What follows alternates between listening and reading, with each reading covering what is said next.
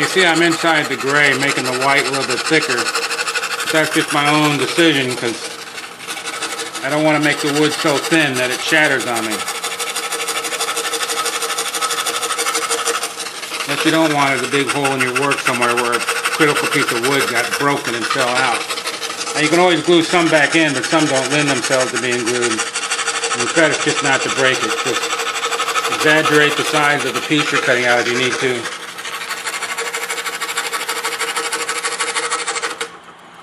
Okay. Release the tension, undo the blade, lift the top, prop up the arm. Piece of wood, throw it in the bin, pull it out, go to the next one. And on it goes.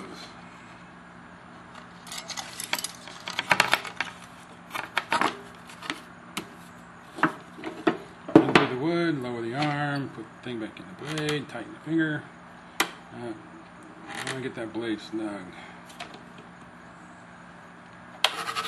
You want the blade snug, but not so snug that you need a pair of pliers to undo it.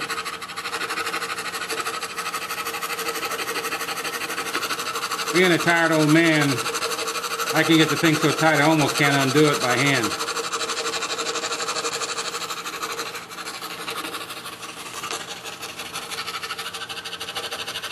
But you gotta have it tight enough so when you put tension on it, it doesn't come undone. That happened to me a few times.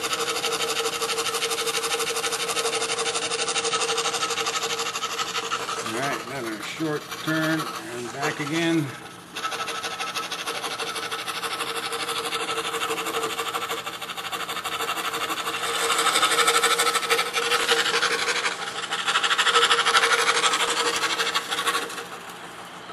Okay, that was that. It doesn't take long. You do one piece, you do the next piece, you do the next piece, and after that you do the next piece. And after a while, after you've done that and been bored with it, you do some more. And after you get done with that and you're about to go crazy from boredom, you do some more. But you got to enjoy doing this or do something else. I like watching the piece develop and become itself. When you get done, you got all this messy cuts and this paper all cut to pieces and everything, and then you take the final paper off and here this image is there on the wood. It's just amazing. It is just wonderful.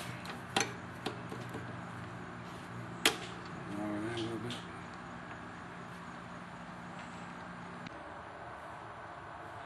Okay, after I've been cutting on this for a bit, I've done some more while we took a break here. In cutting, I decided this piece here was just too much in the way. This extra margin I had out here. So I went ahead and just cut this out, and now I'm going to take it away and reduce my project to a smaller, more manageable size. I decided this piece was just too big and it was getting in my way for what I was trying to accomplish. Now I'll be able to turn it and have as good or better control. But I still like the idea of cutting as little as possible on a board until you've gotten into it and seen how you're doing. Because once you cut something, it's cut. So let's get on with it. We'll get the next piece here. Okay, I've zoomed in. We're going to cut this little piece out right here.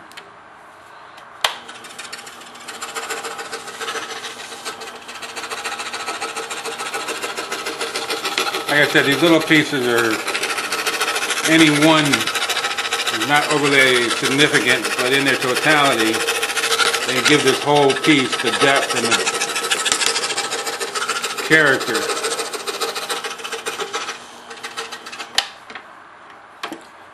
But they're tedious. Zoom out.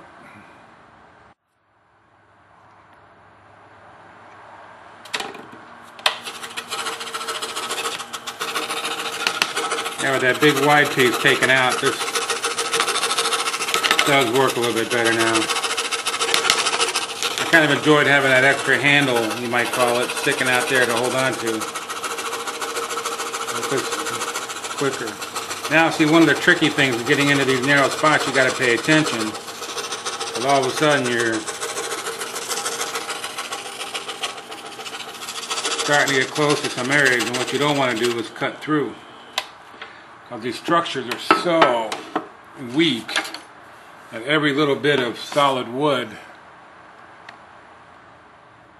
is important to keep it, give it whatever strength it's going to have.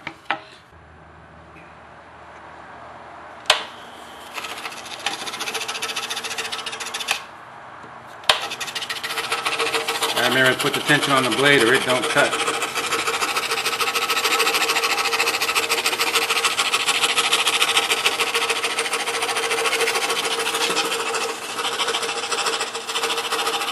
Actually, I correct on that. It will cut when you haven't put the tension on the blade and you just fasten it with the finger tightener.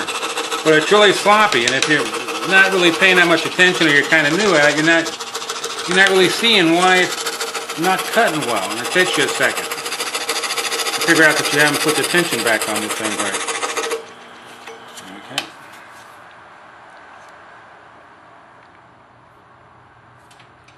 Yep.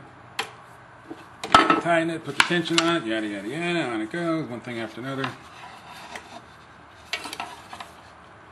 Let's see, what am I cutting this?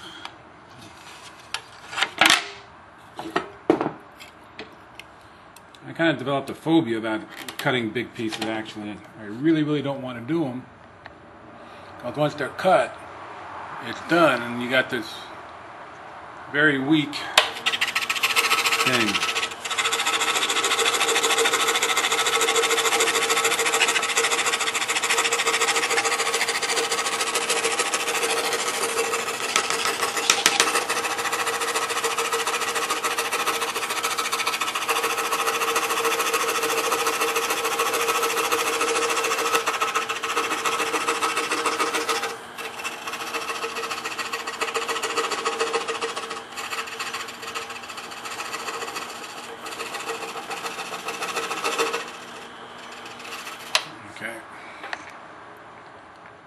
It almost works like a file. You get down, a little tiny piece needs to come off. You just kind of rub away at the sides until it gets where you want it.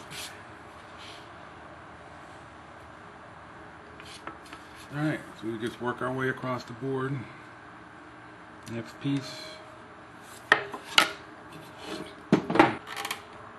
Oh, incidentally, during a pause, I also switched to a number 2 blade.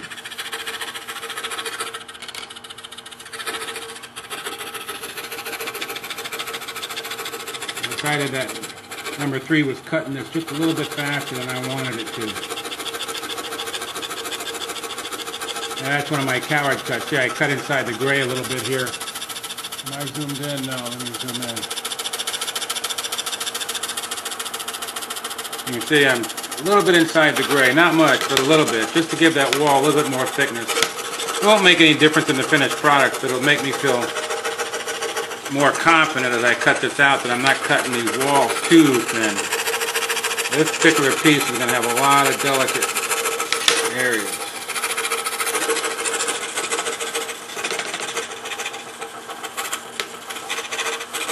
Some little curves are just a wiggle and you're done. You're not really following the line, you just see it wants to wiggle, so you just wiggle the board, and when you're done there's a little tiny curve there, which is all you wanted.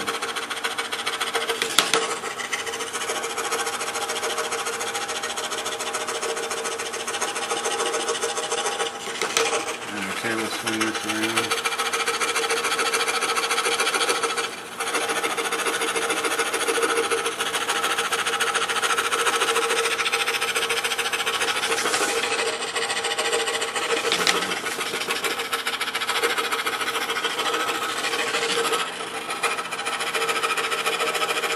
Yeah, that's a real funky little cut here. So all kinds of thin little walls. In fact, this is going to cut through. There ain't no way to avoid that.